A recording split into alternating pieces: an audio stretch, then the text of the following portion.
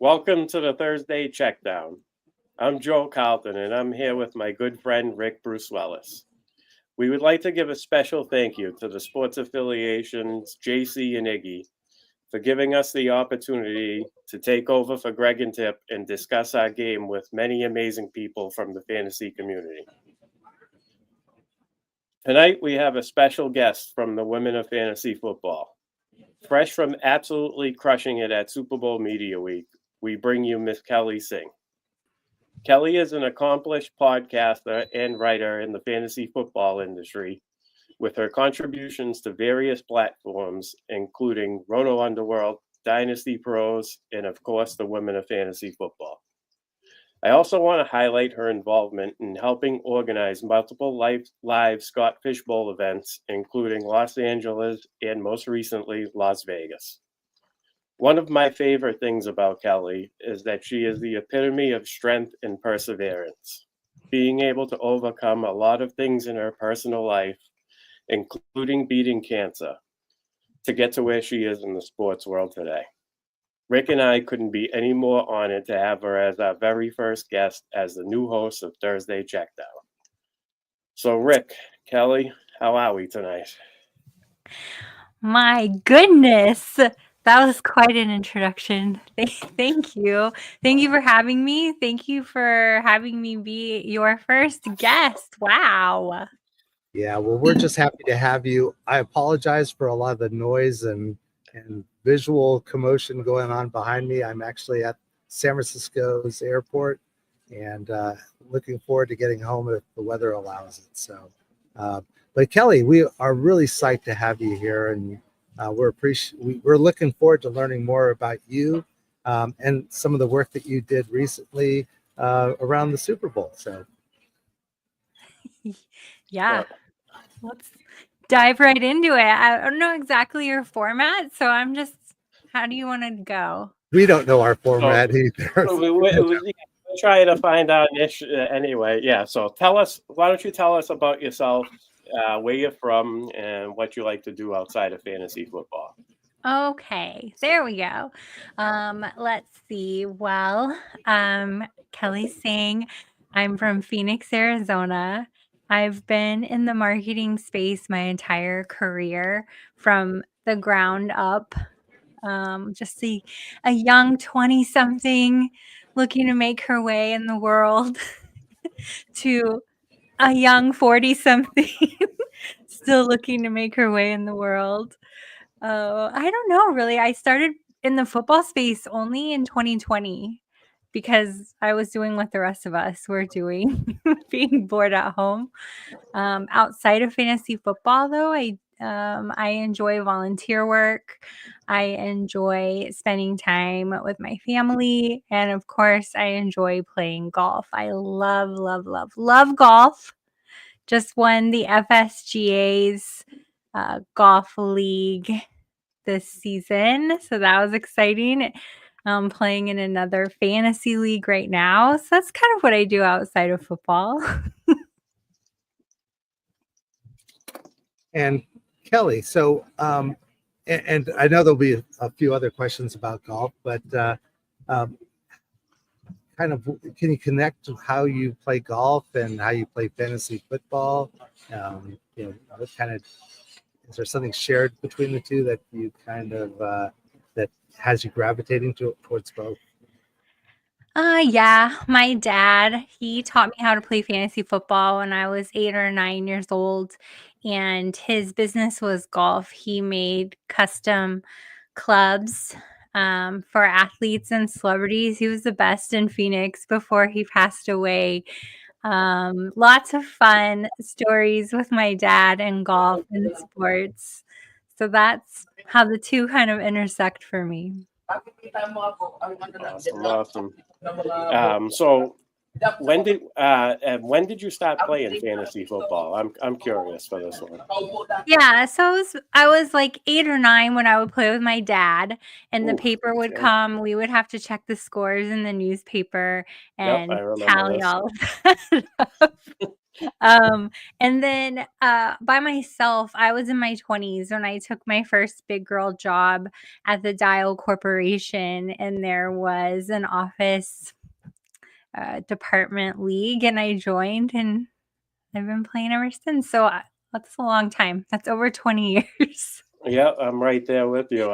Monday morning was my favorite. We on the way to school, remember the old newspaper machines? Take a newspaper, go to school. Once you have a free period or whatever, gym class or whatever, recess, do your points. Like that's how you did it back then. It was good times. Really good times for sure. Yeah. And Okay, go ahead, Rick. ask you in golf, where's your happy place, or what's your happy place in golf?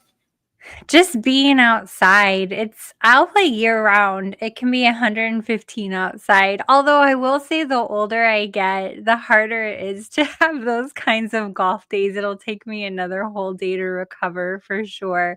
But just being outside and feeling athletic in some way, it's a feeling like no other. I guess other people might get that feeling when they go to the gym, or I'm not a gym person. So I enjoy getting out on the golf course. Awesome. I get that. I don't do the gym either. I participate in the over 30 street hockey league, like a ball hockey, run on feet. And that, it's once a week for an hour. It's very fun. Get my cardio, and Yeah. and it's fun. You know. It's not the gym. Yeah. Not the gym. Well, I'm looking forward to playing flag football at the Expo. I'll be the referee. Nice. I'll get all the calls then. Rick's the referee. I'm playing. Those guys get too it's a little too personal, it looks like.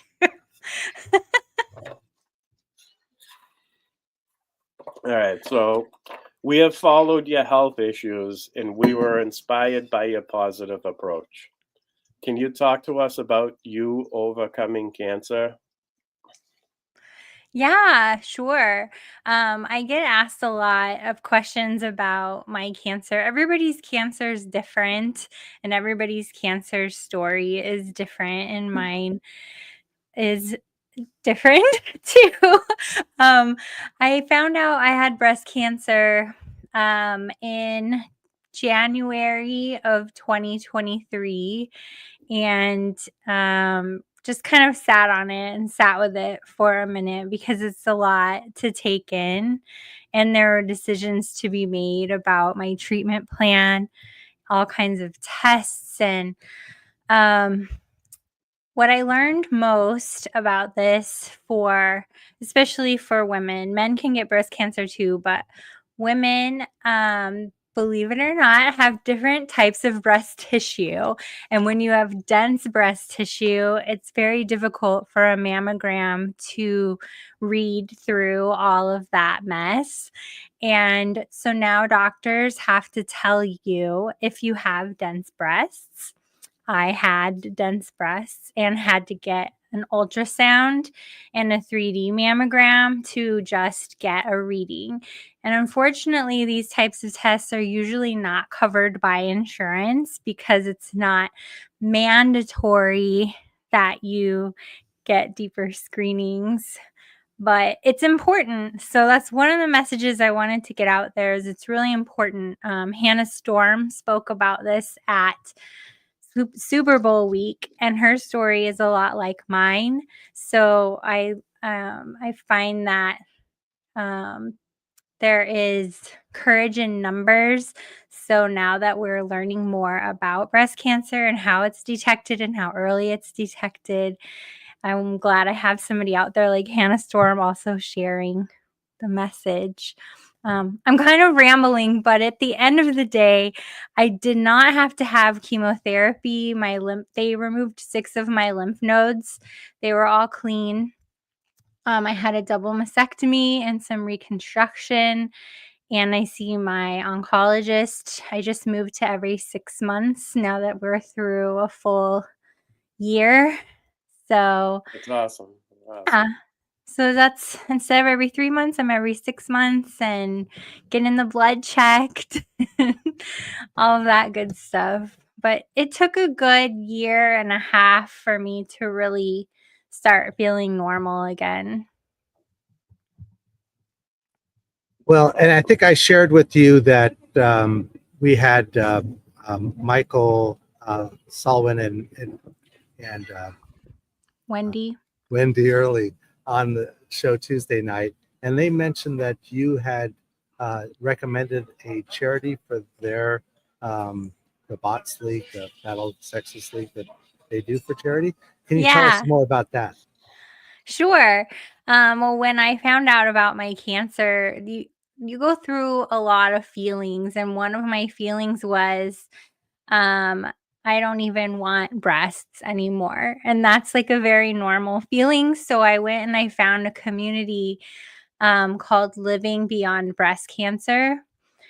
And they had a whole community dedicated to women who didn't want reconstruction versus types of reconstruction. So it was so helpful for me to find other people who felt like I did and ultimately helped me come to my reconstruction decision. So I was really grateful for that community. So I recommended that they be the recipient each year. Awesome. That's excellent. All right. So now let's get to the exciting stuff or happier stuff. So we were very excited to have you booked this week because we knew you'd be fresh off a Super Bowl media week. So why don't you give us a little report on the experience? Yeah, the experience was amazing. This is my third Super Bowl week. And I've done Phoenix, Vegas, and now here Louisiana.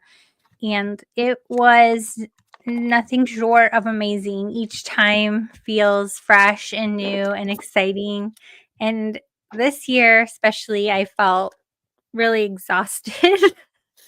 I guess every year we get older, I'm like, oh my gosh, I cannot keep up with these people. But lots of athletes from all teams everywhere, athletes from different sports, wrestling, soccer, F1, roaming around as well, celebrities roaming around. I heard there was lots of food being eaten, but I only ate a few interesting things, but it was great. I mean, I could talk and talk and talk about it. Well, what was your favorite thing about Super Bowl week there in New Orleans?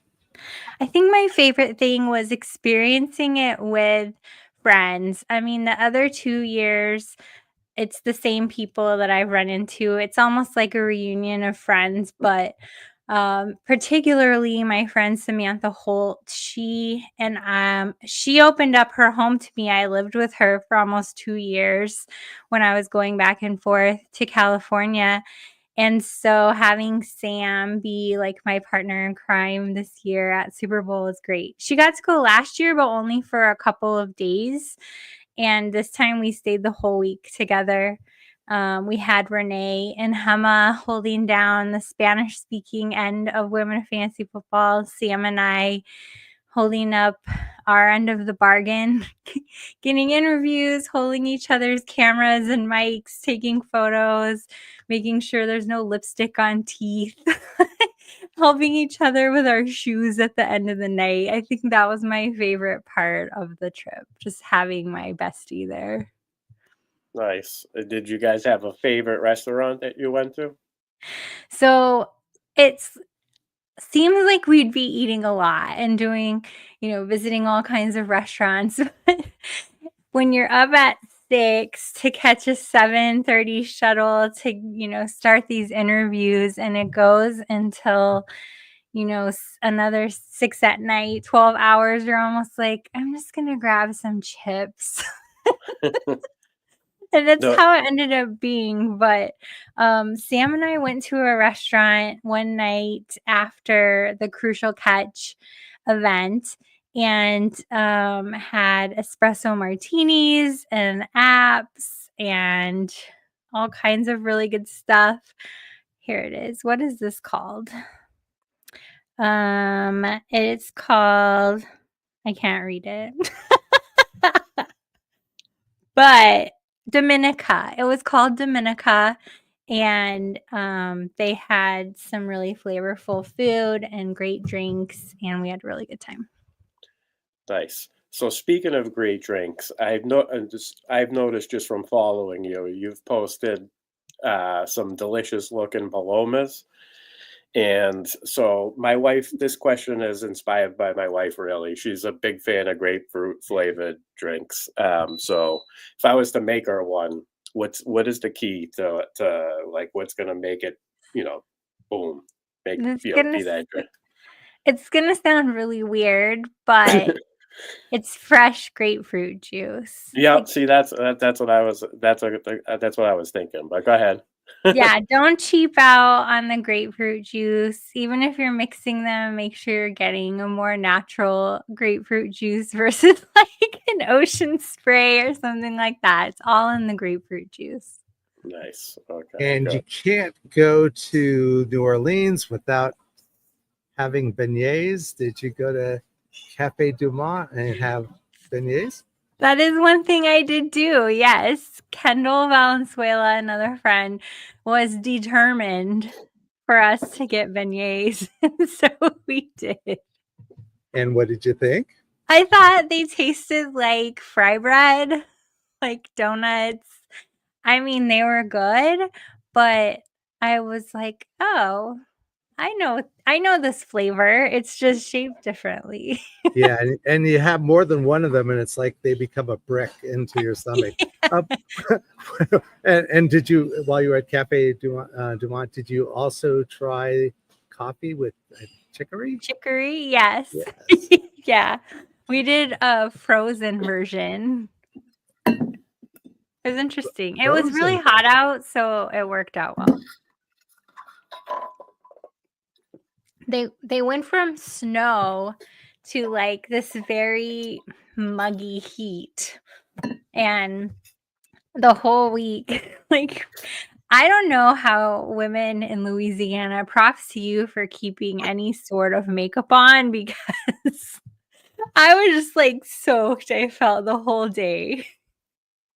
It keeps you younger looking. Supposedly you don't wrinkle as much. I'm just outside of Houston normally, and it's pretty muggy and warm there, especially during the summer. Yeah, humid, right? The stickiness. Yeah. My makeup, I don't know. My makeup just seems to be able to survive it. I don't know why. Okay, so more about football. Going into Super Bowl media week, which players were you most looking forward to seeing? Well, I really wanted to have another run-in with oh my gosh, I just blank because I was setting up the scene. Okay, we're gonna come back to that one. I really wanted to catch any Arizona Cardinals that I could catch, get them on the podcast, and set up some interviews. The Wi-Fi was really terrible inside of Radio Row, so most of it actually all of mine ended up being recorded interviews and things like that. But David Njoku, now that my brain kicked into gear, I really wanted to have another run-in with him because last year, I don't know if you saw or not or have heard me talk about it, but he asked me for directions, and we ended up having to go on like a 10-minute walk through Mandalay Bay. And by the end of the 10-minute walk, he knew I was Kelly from Women of Fantasy Football. And later that night at the NFLPA party, he taps me on the shoulder and he's like, Kelly from Women of Fantasy Football. And we took a picture that looks like prom. And I see Mel in the chat talking about it because he smelled so good. And you know what? Now that you're talking about it, I think I liked the post. I'm pretty sure I did. It's like a full-on prom pose, like my hands on his chest, and I'm like, it was great because I was very, very drunk. You can tell in this photo, it's pretty great. So I wanted to run into him again. And of course, I was away when he was walking through Radio Row. And apparently he did all of his interviews shirtless. So I also missed that. It might have made for an awkward recreation. You'll get a chance down the road somewhere down the line. You'll bump into him again for sure. So, and this might be the same question, or it might be the same answer, but were there any who were your favorite interviews that you were able to get? Yeah. So one of my favorite parts of Super Bowl week is the Walter Payton Man of the Year community event.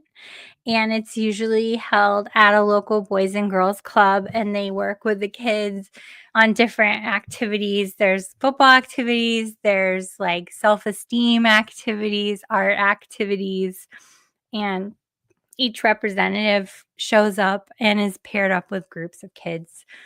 That's my favorite event. Well, it's kind of tied with Crucial Catch, but I'll just call it my favorite event because I love seeing the players with the kids. And my favorite interview, though, was Brittany Payton, Walter Payton's daughter, Brittany. I did a short interview with her that I haven't published yet. I need to finish editing and get it out, but she shares kind of an inside look about what her dad was like, what Walter Payton what was it like being his daughter, and she had it was some really great things she had to say, so I can't wait to publish that one. Very exciting. Well, so that's awesome. So what I want to know is, I know this hasn't been your first Super Bowl media week, but what is it like walking into the Superdome for the first time when you get down there? And like, what's that like? Give us a little bit about that feeling. Like, Yeah, for sure. What were you gonna say? I was gonna say like every time I go to Fenway Park, like even still, like as soon as you get through the tunnel and like you just have this, you get a feeling like there's chills, and so like I would assume that it's a similar feeling, but I mean that's what I just want to know, like what that's like. That's all. Yeah, it is magical. And even though I've been to these three, each one is so different. I actually didn't like the one in Phoenix. I felt like it wasn't as organized. It didn't flow very well. Las Vegas obviously flows very well. They're a very efficient city, especially as it comes to events. And New Orleans was very well organized, even if some of the things were, a distance to walk or ride. But walking into each stadium, standing on the grass, like not that many people get that kind of opportunity. So each time feels like the first time, like it's brand new. It's so exciting. Like I can't believe that I'm standing here. That's kind of what it feels like. And honestly, this is a hobby for me. I was hoping to get content to build up my portfolio, to maybe use it to parlay into a new job. And I may have accomplished that in some parts, but yeah, it just feels very special. I feel very lucky to be able to do it.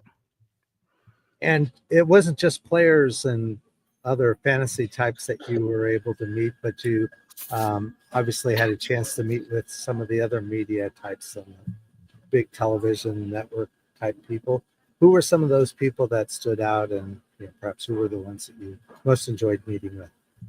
Oh yeah. Always love running into like Lindsay Rhodes. She's always great. And Cynthia Freeland, she was really great too, amazing this year.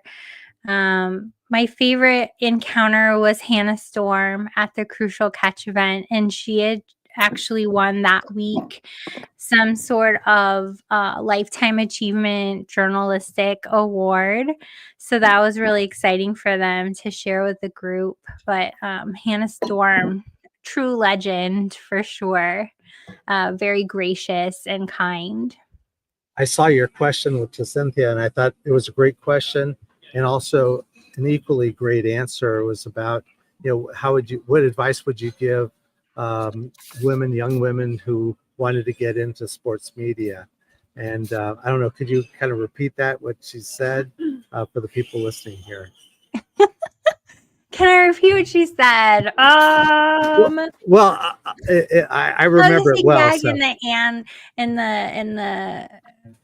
the what do you call it? Think back into my brain catalog, but I do know that there's a lot of just being part of the community, being supportive of the community, women helping women, lifting each other up, being present. There's just a lot of. Go ahead. And I remember her saying something to the effect that, specialization, how she specialized in analytics, football analytics, and that was her background, and she stepped into that, and then from there was able to, I guess, spread wider horizontally and do other types of media, and now she's of course very famous. So, that's great advice for anyone looking into any opportunity. Is always best to try to separate yourself by being more of a specialist. Definitely, that is one of probably the largest piece of advice out of that chat, was finding your niche and just being really good at it. So yeah, Cynthia is great. She was leading a panel about tech, and we were able to catch her after. Nice. Think I know who Rick has a crush on. Nice. All right. Well, in part because she is into analytics, because that's she's amazing. I'm in the tech space, so she knows more about volume than anyone, I think. Like when it comes to being able to predict volume and stuff, she's very good at this. Yeah, she is. She's definitely proven herself to be good at it, and I think it sounds weird, but it's kind of almost more important for women to be able to say I specialize in this or that, because unfortunately it lends additional credibility, and so I definitely think that's a great piece of advice. And I'll do for a quick break, I'll do the standard podcaster folks that we're enjoy talking with Kelly. Please hit the like button, subscribe if you're not already subscribing. That's probably one of the first things they tell you to do. Good job, Rick. Good job. So Sniper Mel had a question in the chat earlier. I wanted to ask Kelly, will you be going to the 2025 NFL draft? It is on my calendar, yes. It depends on kind of my job situation, what I'm doing then, if I'm working, if I'm not working. Both of those things are kind of big, but it's definitely on my radar. I was actually attempting to go to the combine at the end of this month. I'm still weighing that as well. All right. What advice would you give an aspiring analyst who someday might find themselves headed to Super Bowl Media Week? I would say to study up on previous media weeks. What kind of questions were being asked? How are they being asked?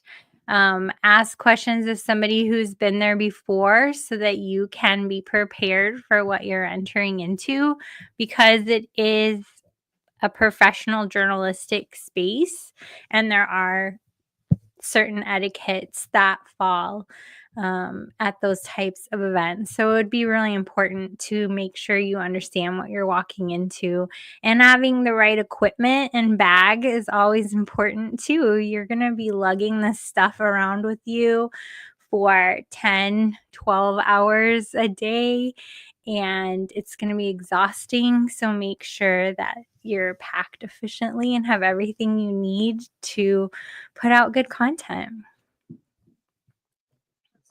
I'm the lucky one who gets to ask, and Royal Slade was earlier in the chat also asked this question.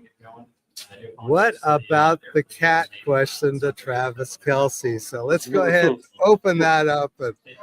give you a chance to give the entire story behind it, what it felt like in the room and what happened afterwards. It's up over 2.5 million views now, right? Yeah, That's it's insane. That's well over. that's nuts. It's crazy. The last time I checked, yeah. It's pretty crazy. So last year, I also had a trending Travis Kelce question. The question to Travis last year was about the podcast and if that was going to be his after football gig. And the reason it took off was because his relationship with Taylor Swift was still kind of new, and all the Swifties wanted everyone to stay out of their relationship. And so, since I didn't ask a Taylor question, all the Swifties became like my friends. And then they started asking me if I could get in follow-up questions. Well, I couldn't actually ask Travis any more questions. That was my last opportunity that year. So this year, as soon as one of my Twitter followers from last year, she saw that I was back at Super Bowl week and she said, "Could you ask Travis which of the cats is his favorite, please? You didn't get to ask it last year. It would be so great." And I thought, you know what? I've already interviewed or asked the questions of Travis last year about Super Bowl. So I'll just ask her question. And so I poised it in a way that wasn't Taylor facing. Who is your biggest supporter? Olivia, I can't remember her name, or Benjamin, Meredith or Benjamin. And he said Benjamin. And I just put the question out there and I said, "Here you go." And I tagged her and I went about my day. And the next thing I know, Entertainment Tonight wants it, Amazon Prime Sports, Yahoo. I don't even know, every single outlet. People and the only one that actually didn't credit was Yahoo, but everybody else did. Well, again, first of all, you're the first person I know that's been on Entertainment Tonight. So I feel like I want an autograph after the show, but it really did just take off. I mean, it was funny. I was just watching the build up on Twitter, and it was like everywhere you were looking, there was people messaging you trying to get permission to use the video, and or people asking, there was the debate, oh gee, a good question, bad question. I was just such a buzz. And and did you think that was going to happen, or what? No, I didn't think it was going to happen at all. I thought it was like a stupid question that I just thought might bring some joy to somebody else. And I had already been there, done that. The rest of my day, I had asked questions about mental health. I had asked questions about families and engagements and retirements. And then this one happened to be about cats. And I had no idea, but apparently this is something that they've been dying to know. Like, one of the headlines is, "We finally know which cat is Travis's favorite." And I'm like, people really wanted to know this, apparently. My favorite part about the question was like the little smirk that he gave you just after you asked it. And I almost feel like he was trying to hold in, like, laughing and smiling. I thought more. so too. And I was like, he does not want anything to do with Super Bowl Media Week, and Kelly just made him grin a little bit. Like, so that was my favorite part. Thanks. I enjoyed that too. They do get really burned out. They've been in 3 of the last 4 years or whatever it is. He's had to deal with that almost every year. So I mean, I get that for sure. And also, it was interesting because usually, as a parent, and I think cat owners typically view themselves as parents of cat.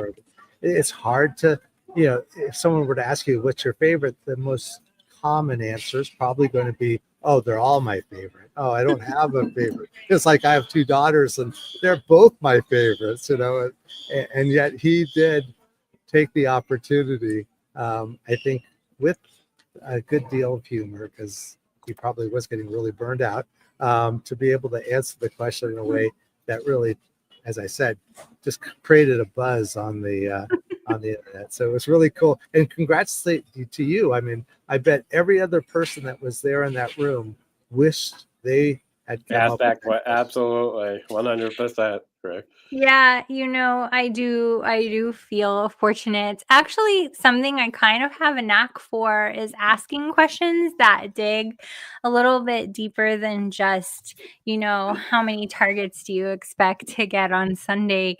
So, I've been really pleased to see many of my questions picked up in the larger scrums where it's really impossible for them to track down who asked every single question, but it makes you feel good to see your work out there for sure. And I want us to be able to get back to Tip's question, but gee, we're talking about Super Bowl week, and it's the build up to the Super Bowl game, and so of course we haven't had a chance to talk about. Sorry about that. I bumped the So- button. Sorry about that, guys. Go ahead, No Rick. worries. We didn't have a chance yet to talk about the Super Bowl. Of course, it just happened, and Wait, before we get to that, you know what I wanted to do? I want to shout out JC for being invited to the Kings Classic. It's all over the chat. Greg pointed it out. The IDP division, I believe he said. So I just want to congratulate JC for that. That's an incredible honor. Very Go ahead. fun. Go ahead, Rick. Yeah, I'll let you take us into the Super Bowl. Well, and again, we all watched it, and we had a chance to, get our thoughts together. Joe and I even did We did the watch party, yeah. a watch party where we, kind of gave some of our thoughts real time. And we probably weren't watching it as closely as others. So what were your top level thoughts on the game, Kelly? I'll let you start off with it. Yeah, it was unexpected for sure. I don't know that we expected the Eagles to hold the Chiefs scoreless for so long, let alone the only touchdowns really being trash time touchdowns at the end of the day.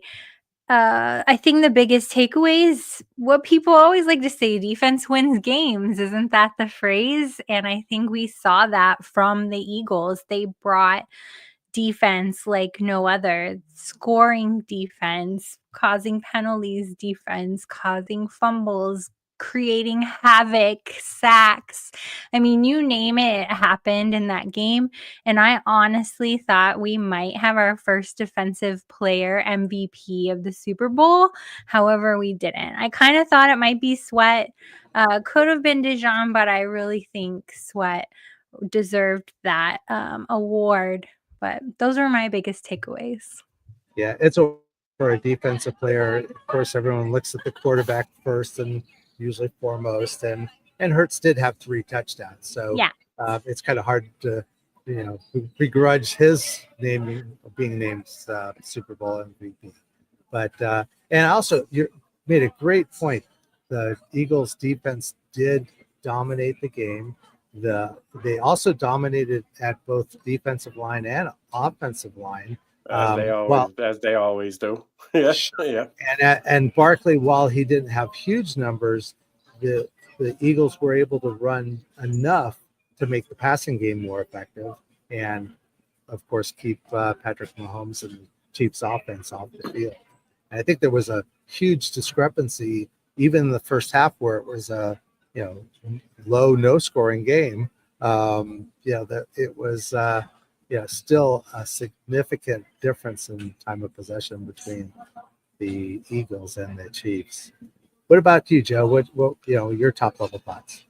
So my takeaways from the game are other than basically what Kelly said, Philadelphia brought the number 1 running game and the number 1 defense. So they absolutely should have won this game. That's what wins championships and Super Bowls. My takeaway is I think that Jalen Hurts was kind of written off a little bit as the season went on as a passing quarterback. He was, getting bumped out of the top 4 conversation, and I think that he performed well. He was. I think he's been a little bit injured all year. As a little bit has to do with that. And he just went out there and did his thing as a quarterback, and just made sure this game was a big lead. There's going to be no referee decisions coming down to a bad call in the last 2 minutes. Saquon and Jalen Hurts earned what they got. I think that people need to take note. Jalen Hurts is an elite quarterback, a game manager, elite quarterback. He is a rushing threat. He can get his first downs on his own. He doesn't have to rely on Saquon. The offense has so many layers, and people forget that. And I'm glad to see that happen. I also, on the other side of things, I think that Kansas City's window of dominance is kind of shrinking a little bit, with the AFC becoming a little bit more of a gauntlet with Josh Allen, Lamar Jackson, the Baltimore Ravens adding Derrick Henry. There's just a lot. Bo Nix, what the Denver Broncos are doing. I'll even throw the Patriots in because they get the right coaching staff in place now, and they're heading in the right direction. So teams are getting better in the AFC, and I think that the Kansas City Chiefs are kind of aging, and they took a little bit of a step back this year, even though they still went 15-2 and dominated. Well, they didn't really dominate, but they won all their games. They found a way to win most of their games. So that was my takeaway from this as a whole. Watching the game with you, Rick, I enjoyed every minute. I enjoyed every minute of it because the Philly D made Mahomes miserable. So, and I don't have to defend, my Tom Brady, from this Mahomes guy about being the best ever.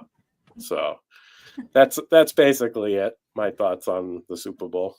Yeah, and the other thing, again, the Chiefs' offensive passing attack obviously was, shown to have holes in it. Of course, they need to retool and bring in running backs as well as wide receivers. I guess the question mark is, and I think it's probably a little bit more likely that Kelsey will be back because he won't want to leave on a loss, and so and I know he has 1 year left in his contract, so I think that he will be back. I think we'll see the Chiefs add to the wide receivers, and I'm not sure Pacheco is really the answer for them.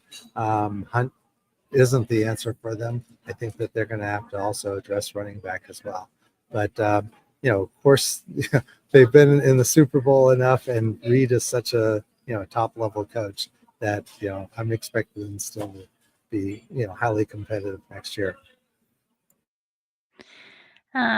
So looks like Wendy has a question. I know Tip also had a question. What positions are you expecting the Cardinals to be looking for next season? Any combine prospects?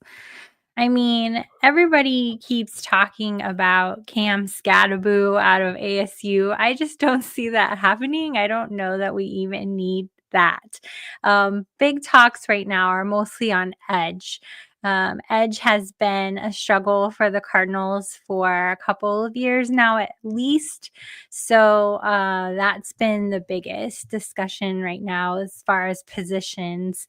There's been talk of, do we trade Kyler? I don't see any of that happening. Kyler's there to stay.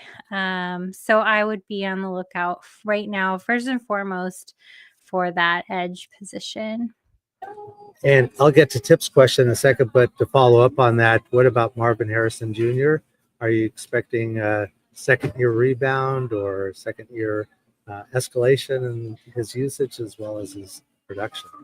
I think we'll see more. What's really interesting about the Cardinals is they have a lot of strong receivers. Trey McBride's a strong receiver.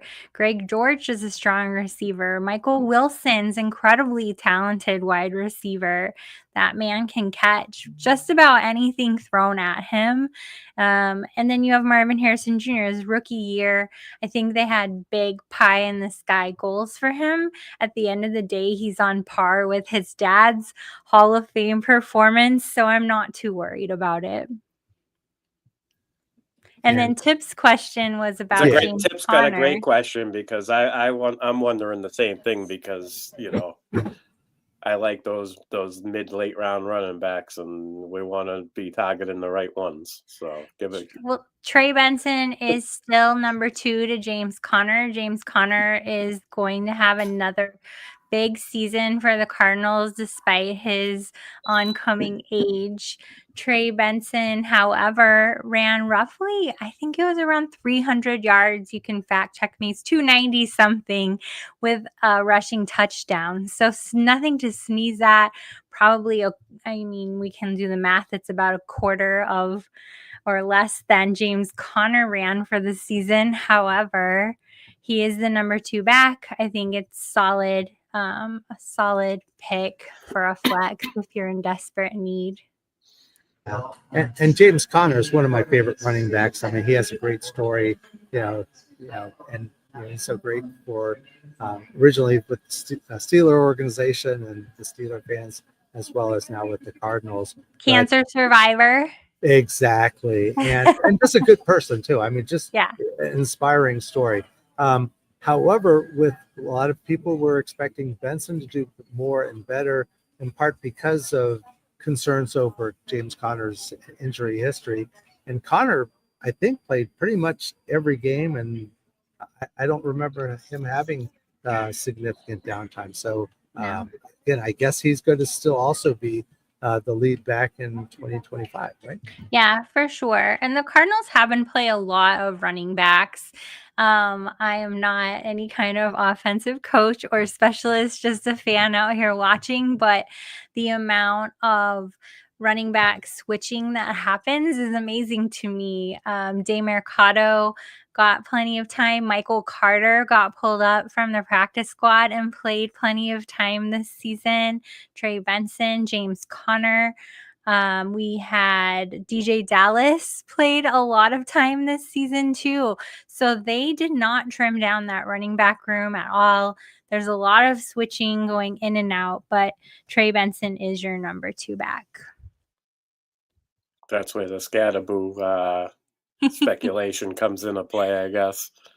I guess so, yeah. Whether they want him to receive or be a running back, or I don't know, the new trend now is to go in as a cornerback, apparently. I saw that today, Travis Hunter. That's a little bit disappointing. I thought maybe if he landed with in the New York Giants with Malik Neighbors would have been a nice pair to find the quarterback to put there, and the Giants would be competitive. But Wendy can play likes the Scatterboo name. Scatterboo. Yeah. So we got some time.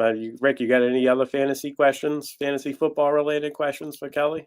Maybe we got who's your must draft player this year? Like anybody? Have you gotten that far yet? Or I mean, I would love to get Trey McBride again this season. Right. He started going nuts towards the end there with the double-digit receptions almost every game. Yeah. Yep. I was making plenty of money on those prop bets, 15 or more receptions. It was wild. So should I double down on my Ben Sinnott shares since Zach Ertz was leading the Cardinal tight end crew while he was there, and McBride was kind of backing him up, and now he went over to the Commanders.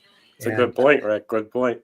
I don't see that same for some reason, I just didn't see Sanat catching fire at all. And Zach Ertz, I think he feels like he's too young still to give up the ghost. So I don't see him leaving that position anytime soon.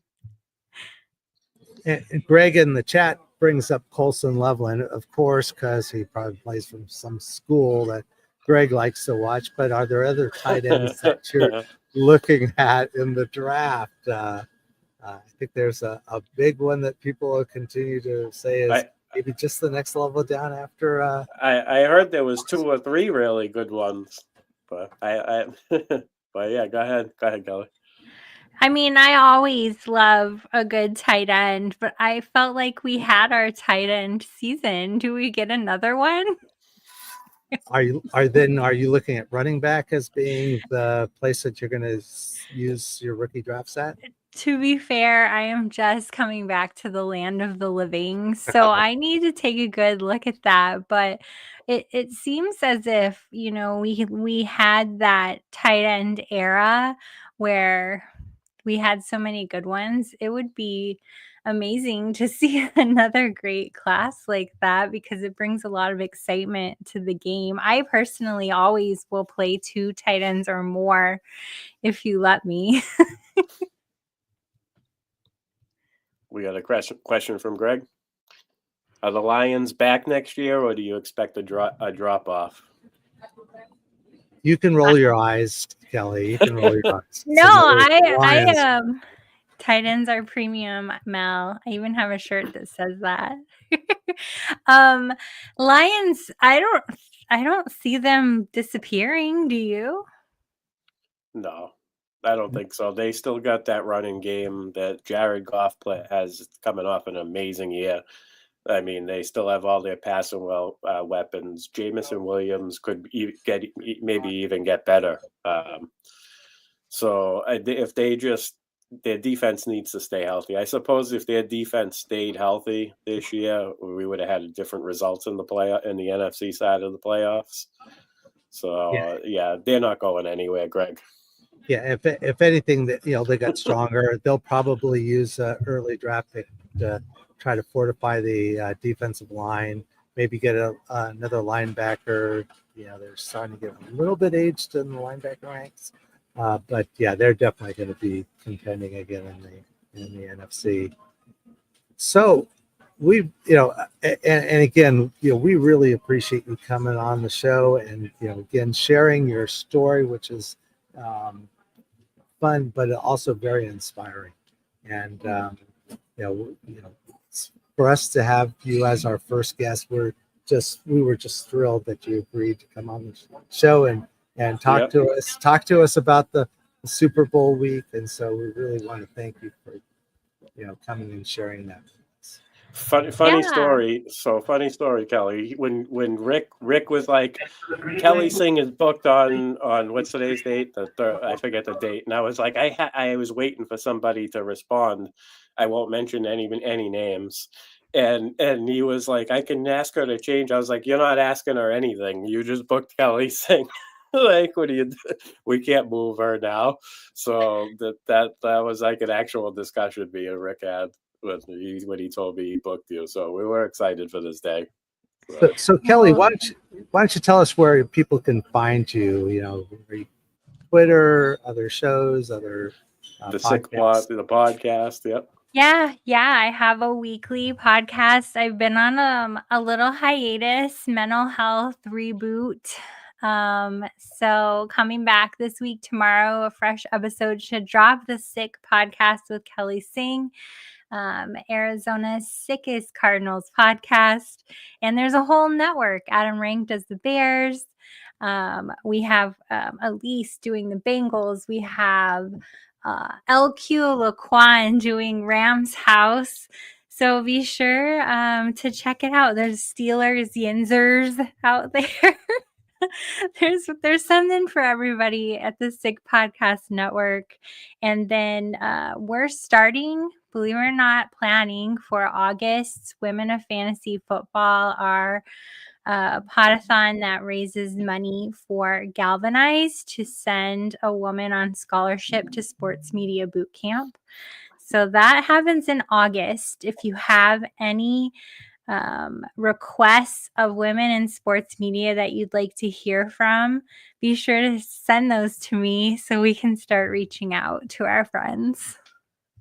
Awesome. And also, hopefully, some retail or consumer product company that's looking for a dynamic marketing lead can also reach out to you as well.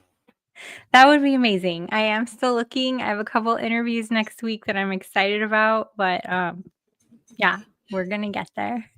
Okay. And so join Joe and I next Thursday at our regular time when our guest is going to be John Laub, one of our favorite fantasy football analysts.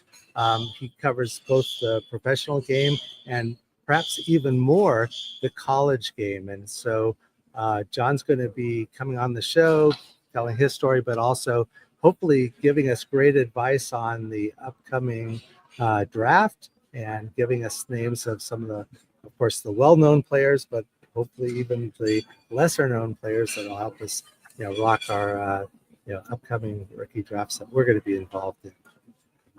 But also keep an eye out for some of the great shows on the Sport Affiliation. On Sundays, we've got the Hoop Show with JR. On Tuesdays, I come back with the Give Back Show, where we talk about charity leagues and charity events that show up. Great show. Absolutely. That's a great show, Rick. Thanks, Joe.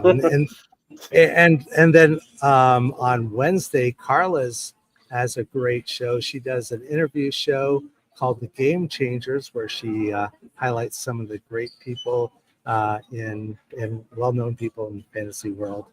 And then we'll be back again next Thursday.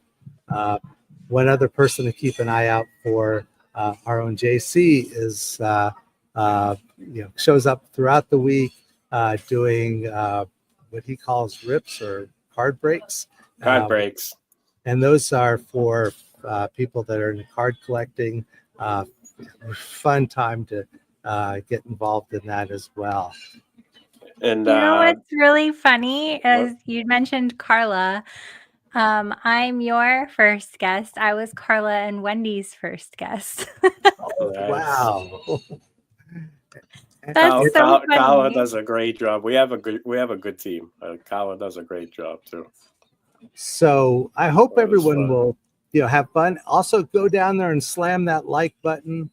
Subscribe if you haven't. And between now and next week, we hope you keep an eye on what we're doing here on the TSA, and we hope to see you next week. And JC, why don't you go ahead and take us out?